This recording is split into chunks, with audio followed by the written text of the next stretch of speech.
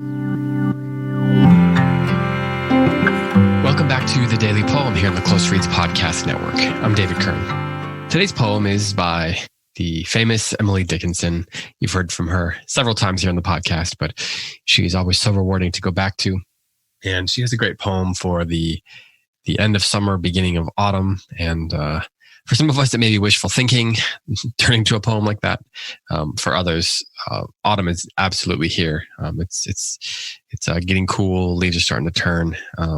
For the rest of us, it's maybe off in the distance a little bit, but it's something to look forward to. So it seems like the right time to read a poem like this. Dickinson lived from 1830 to 1886. She was, of course, an American poet, and is absolutely one of our most famous poets. One of the most famous poets to ever write in the English language, certainly. This poem is called Summer Begins to Have the Look. This is how it goes. Summer begins to have the look. Peruser of enchanting book, reluctantly but sure perceives a gain upon the backward leaves. Autumn begins to be inferred by millinery of the cloud or a deeper color in the shawl that wraps the everlasting hill. The eye begins its avarice. A meditation chastens speech. Some dyer of a distant tree resumes his gaudy industry. Conclusion is the course of all, at most to be perennial, and then elude stability, recalls to immortality.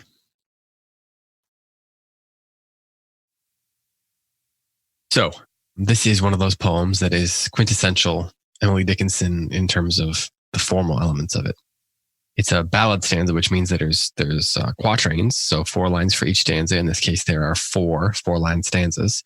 And the first and third lines are tetrameter, and the second and fourth lines are trimeter. So on the one hand, this is quintessential Emily Dickinson. You've got your tetrameter, summer begins to have the look. You got your 4 measures there. Your second and fourth lines have the trimeter. You have a little bit of rhyme to start, but unlike a lot of her other poems where you have an A-B-C-B rhyme scheme, here she's absolutely playing with the rhymes. She's kind of putting them out there and then pulling them back. So at first you have look rhyming with book and perceives rhyming with leaves. You got A-A-B-B in the first stanza, right? But then you get nothing of the kind in the second stanza. And then in the third stanza, you get avarice and then speech. And then for the third and fourth lines of that quatrain, you get tree and industry. But then in the final stanza, you get all and perennial, which is almost a rhyme, but when you look at it, it's a rhyme, but it's not really a rhyme. It's kind of playing with you. And then you get stability rhyming with immortality at the end. So at the beginning, she puts these rhymes out for you, to create expectation in a sense. And then she pulls them back. So just as you feel like you're getting comfortable, getting a sense of what's going on, all of a sudden she kind of turns it over on you. You still have autumn begins to be inferred. So you still have your tetrameter. You have or deeper color in the shawl. She's even there. She's kind of playing with it a little bit. She's not making it quite as obvious or, quite as easy. In your final line, you get recalls to immortality. So she's leaving the line-based structure fairly intact in this poem, as far as I can tell. But that rhyme scheme really takes you on a journey. There's so much surprise in it, right? Because just as you're expecting to get certain lines, or you might even be anticipating certain words for the rhyme, she pulls that out from under you. And that's part of what makes an Emily Dickinson poem fun. She has this mastery, this innate sense of what the forms can do, but then it's never quite exactly what you think it's going to be. And so that's why you can linger with them so long. You can spend so much time with them. It's what makes them worth memorizing and also at times challenging to memorize. But of course, then she offers these images that are, as she might have said, telling it slant, right? There's something called slant rhyme, but she's kind of burying themes and images in a way that you really have to spend time with or look closely at before they begin to emerge. And even her vocabulary in some ways, it does feel like Emily Dickinson is kind of trying to trick us. I think that's what a lot of students come away thinking, but I don't think that's what she's after. I mean, you get this image in the second stanza, rather.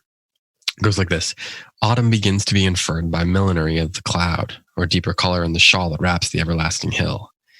So because you've been conditioned by the rhyming in the first line to expect certain things, you probably, it kind of changes the way you read it, and it kind of buries the imagery. But it's just, it's saying that autumn begins to be inferred by the shape, the colors of the clouds, and then the deeper color, the shawl that wraps the everlasting hill. So there's this shawl, the leaves, the trees, the things that cover the hills are like a shawl, and there's a deeper color in them now. And so she's just describing something sort of, I don't want to say obvious, but universal, right? Because of the way she does it, it creates new surprises. And then it asks us to think of what those images mean. What does the image of trees being a shawl, leaves being a shawl mean?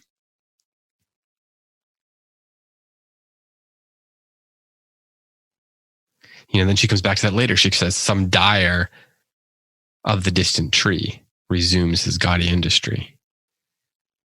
Of course, conclusion is the course of all. So eventually those leaves are going to fall down, at most to be perennial. But then those perennial things elude stability, recalls to immortality. Now, I don't want to say too much about those lines because I think that those are the lines that are worth thinking about, especially in this poem. So I don't want to say what I think those mean because I think, if you spend some time with them, they're really worth thinking about. What's the point of I've never really attempted to do that too much on this podcast. I don't totally see the point. So I hope you'll spend some time thinking about those lines because they're really fascinating.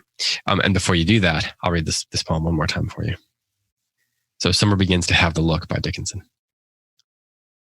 Summer begins to have the look, peruser of enchanting book reluctantly, but sure perceives again upon the backward leaves. Autumn begins to be inferred by millinery of the cloud, or deeper color in the shawl that wraps the everlasting hill.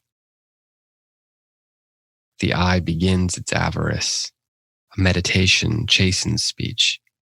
Some dyer of a distant tree resumes his gaudy industry. Conclusion is the course of all, at most to be perennial, and then eludes stability, recalls to immortality.